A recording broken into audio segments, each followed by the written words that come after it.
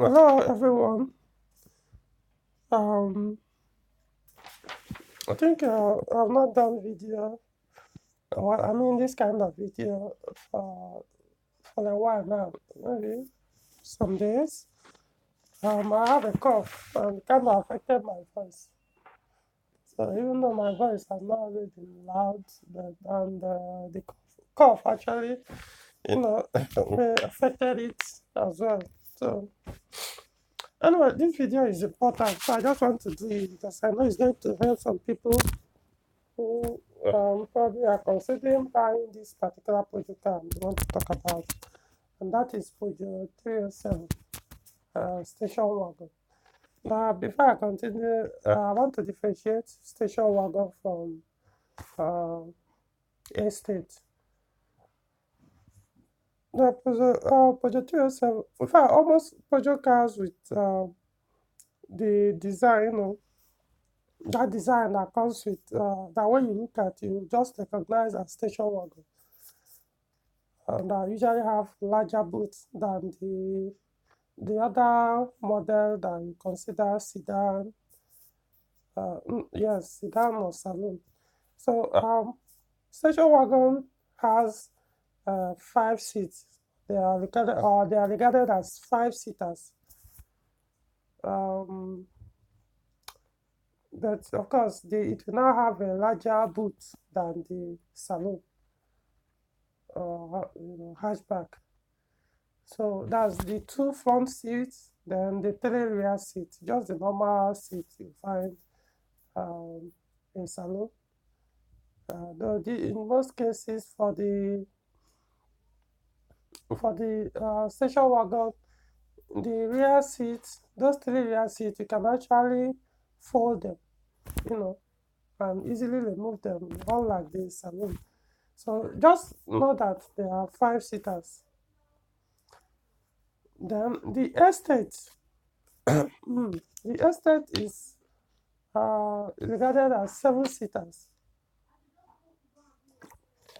meaning they will have the 2 front seats, the 3 rear seats, and then additional 2 seats at the back of the rear seats. That it will be the 2 additional rear seats will be in the boot. So I hope that makes you now understand the difference. Okay, so for Peugeot 307 5 seater, which is the station wagon, there comes for the petrol engines. The petrol engine comes with two, both T5 and T6. That's phase one 307 and phase two 307 station wagons. They were produced only with two engines on each phases. And phase one had TU5 JP4, that is the 1.6 liter engine, and the second one engine is 2.0 liter engine, which is EW10J4. Then for phase two, which is T6, it has the same TU5 JP4, which is also 1.6 liter, while that of phase two has phase two, the second phase two engine is which is 2.0 liter. The model is EW10A.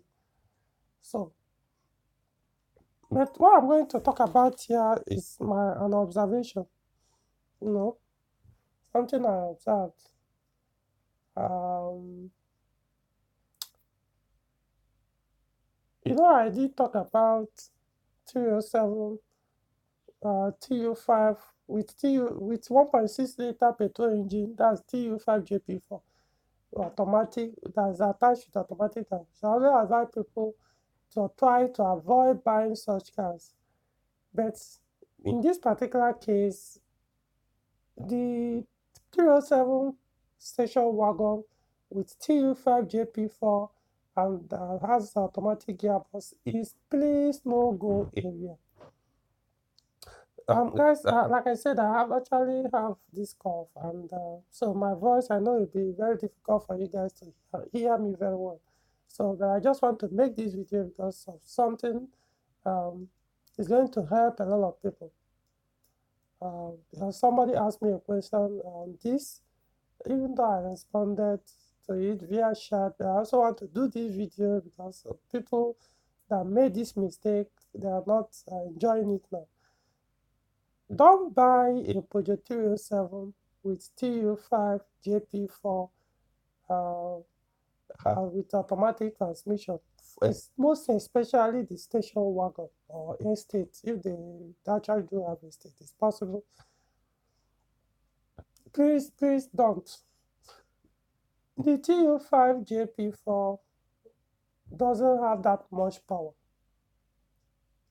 For manual transmission, yeah, yeah, it moves, it tries, you can still enjoy it, it moves. But when it's attached to automatic transmission,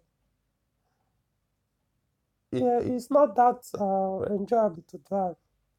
The worst case is now the station wagon that weigh a lot. Station wagon of all Peugeot cars, probably all vehicles that have station wagon that are in station wagon design, or let us say all cars, all Peugeot cars that are station wagon, they weigh more higher than the the counterparts like the saloon, the station, the hatchback or the coupe. They way more higher than, okay, I don't know about coupe, but I know for the saloon, the station wagon way higher, probably even more than the coupe. Maybe I'll look it up. So no, the reason why I'm saying that is I drove was it last week? Yeah, I think it was last week. Somebody came and bought the Stereo 7 automatic transmission and that TU5 JP4. And his complaint was that the car is very sluggish. It takes eternity for it to pick up. So my diagnosis showed the ABS was faulty, and of course it shows some fault on the transmissions, but mostly we are related to the ABS. The engine ECU shows just one or two fault, but nothing major. So we schedule an appointment, and eventually we bought the vehicle. I fixed those issues, ABS and a few other engine issues, and everything went away. So when I drove the car, I wouldn't say I was surprised, or I was still feeling that the issue was there. And what I do know is, yes, the car was damn sluggish. In fact, to be honest, guy, it was the first time I drove a 307 with that 1.6-liter engine petrol with automatic transmission. That's a station one in a station wagon 307. That was my first time. All the ones I've been driving, I've driven other station wagon 307, mostly with the 2.0-liter engines. So that was the first time I drove one with 1.6-liter engine that have automatic transmission, and it was that bad. It was taking the car eternity to move. Once you slow down to pick up is, I don't know. Even when you're in motion and you press it, it struggles to move. So guys, don't. Let's talk about why I said no. Before I even continue, yes, the car, we still want to do follow checkup and see if there's any other thing that can be the cause, but I don't want to point out. Maybe tomorrow we may eventually see something that may be making it that sluggish. But what I do know is I couldn't tell much difference between that one that I drove that few days ago. There's not much difference between that one and even the hatchback with the 1.6-liter engine and the automatic gearbox. The difference was not that much. If I was struggling while I was driving it to tell if there, was there that much difference, I think there's a difference. Yes, I could tell because this one was that bad. But I was like, okay, could it be, or is it that they're all the same, or is it that there could be something else that's making this car, that the car is too sluggish than factory one that is supposed to be. So if I come up tomorrow and find something else on that car, I'll do an update. But let's apply logic here. Okay, for the 307 station wagon, that's the 307 station wagon with five seats. The weight is about, okay, let's just say for this engine with 1.6 liter TU5 JP4 and automatic transmission, which is AL4, it has a weight of 1,435 kg for the phase one. Yeah, for the phase one, it has 1,435 kg. While the phase two, it has 1,470 kg. Now, guess what? This kg, this 1,469 and 1,435, where even high, in fact, let me put it in another way. This particular car with this engine and gearbox I mentioned, even way more than Peugeot 505. People always tell you that 505 has so much the iron, the body, it has a lot of metal, everything is very thick. Yes, this particular engine, no particular vehicle, Peugeot 307 station wagon, way more than Peugeot, you know, Peugeot 505. I'm even talking about even Peugeot 505 V6, yes.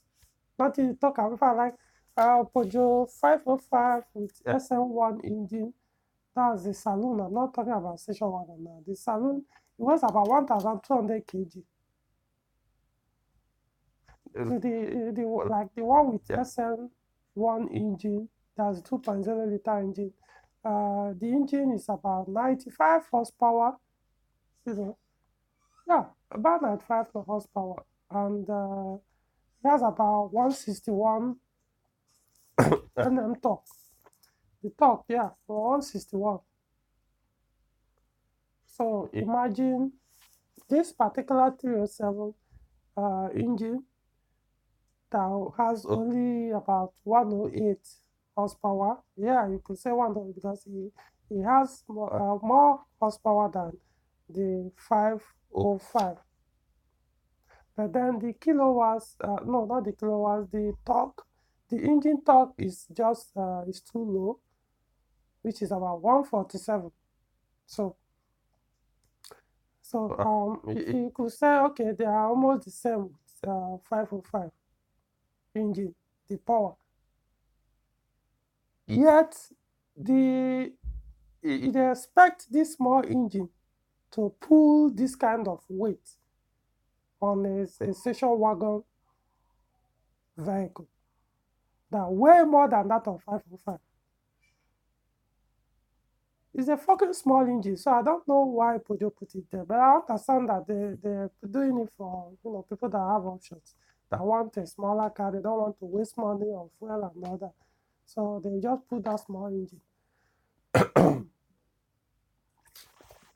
Going further, let's talk about compare it with that of 406. Peugeot 307 station wagon, where the weight, at least the one of this same engine I'm talking about, transmission, it has more weight than all Peugeot 406 saloon petrol engine, well, except V6 for now. It has more weight than all of them. Then now funny enough, almost all the, yes, look at it, all Peugeot 406 with from EW10, or if I even EW7 J4 engine, from EW7 J4, EW10 J4, EW10D, EW12 J4, you know, 1 point, that another one from 1.8 liter to 2.2 liter petrol engines in Peugeot 406, they have less weight. They have less weight than this Peugeot 307 with 1.6-liter engine that has automatic gearbox.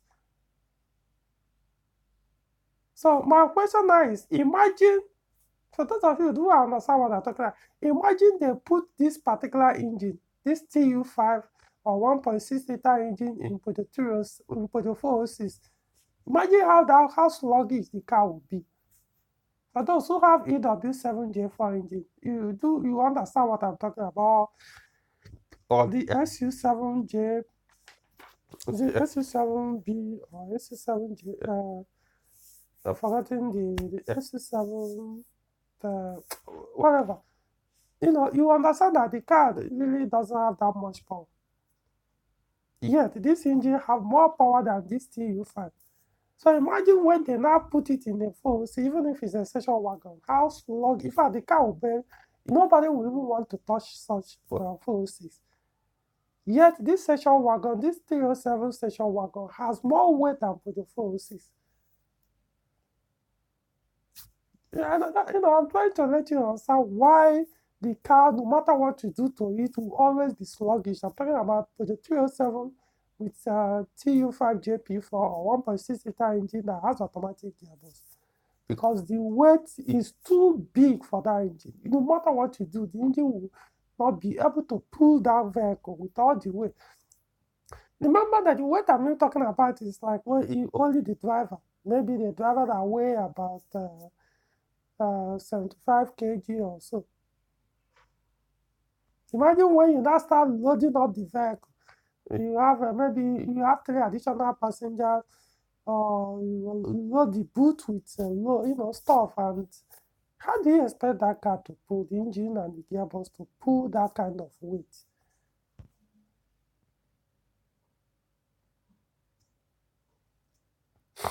The interesting thing, I always tell people, if you want to buy a Peugeot 307 automatic with petrol engine,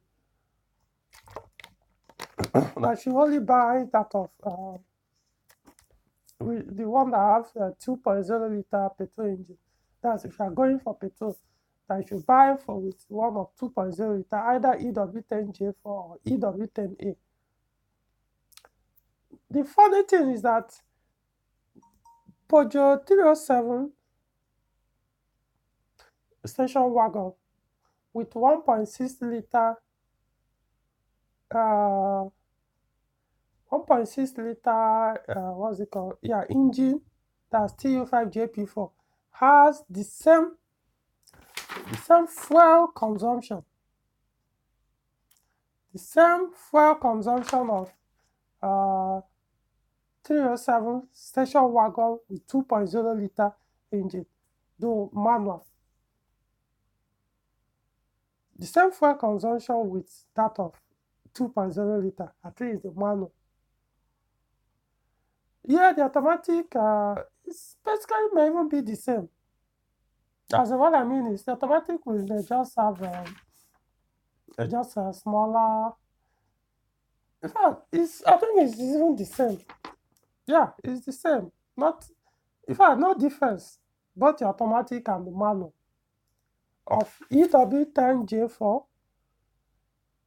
and EW10A that has automatic transmission in Peugeot 307 station wagon. The fuel consumption is the same. They are the same with that of 307 with TU5JP4 or 1.6-liter engine that has automatic gearbox. It's the same. No difference, especially on highway.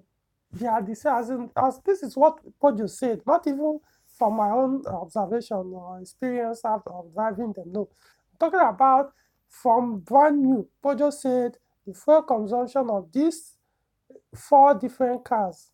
Yeah, 4 different cars. Now I'm talking about the phase 1 that has EW10J4. That's the 2.0-liter of phase 1 and the 1.6-liter of phase 1. The 2 of them are the same, both automatic gearbox and manual gearbox. Now, same thing with phase 2. The 1.6-liter engine and the 2.0-liter, which is EW10A, they're also the same, as long as whether it's automatic or manual. They are the same. Then when I mean the same consumption with automatic of 1.6 and automatic of 2.0, the same. Manual of 1.6 and manual of 2.0, the same. That's for example, highway, uh, the phase one consumes about 44 miles per gallon for automatic of these two different engines. 44 miles per gallon. When it now comes to phase two, in fact, the phase two even consume less. But I just want to leave it the same, so I won't look as if I'm trying to be bad. It consumes less. For example, the phase two, the 1.6 liter automatic in phase two, because still consume the same 44 miles per gallon. While the 2.0 of that phase two, which is the EW10A, consume about 46 miles per gallon. So it will consume less. But let's just leave it there all the same. So why bother again? That's my question now. Why will you now go when you because since this one has more power, for example, the 1.6 liter, that's TU5JP4 has about 108 horsepower. Either 108 or 106. Okay, let's leave it at 108 horsepower. That is 80 kilowatts, and then the engine torque is about 147. Yeah, it's about 147. So that's for the 1.6 liter or TU5JP4. Why that of EW10J4 is about 100 kilowatts, and it has a 190 Newton meter engine torque. 190, which actually huge. But the difference is huge. As far as I'm concerned, you know. So that is more like the HP is 136 horsepower. The other one, remember, the 1.6 liter has 108 horsepower. Why this one has 136? But the new, and then the engine torque is about 190. The other one is 147. Now let's talk about the 2.0 in phase 2, which is EW10A. That one has about, it has maximum of 103 kilowatts, which is 140, more like 140 horsepower, right? Then with 202, no, 200, yeah, I think it's 200 engine torque against the 146 or 147 in 1.6 liter. So since this one has this power, that's why if you have a 307 station wagon with 2.0 liter, you hardly complain of that it's not even pulling that much, because the power of this 2.0 liter, they can carry those bodies. I've driven them, like I said, I still felt it wasn't really that they were not that. The ones I drove, we are not as quick as I would expect them. In fact, I would say the 406 station wagon with EW10 J4, we are even quicker. As far as I'm concerned, they were quicker. The only thing I would say is the 406 station wagon that I've driven, we are all manual. I'm not driving the automatic. So maybe that's why they were quick. But the ones I've driven, the 307 with 2.0 liter station wagon that I've driven so far were all automatic. So they were still not as quick as those of 406. But I would say the owners may not complain because the engine will actually, big enough or have more power to pull. But that of 1.6, oh my gosh, it was that bad. No, you should be saying, "Oh, I don't need. It doesn't matter." I'm only saying that because I'm into powers. Not everybody.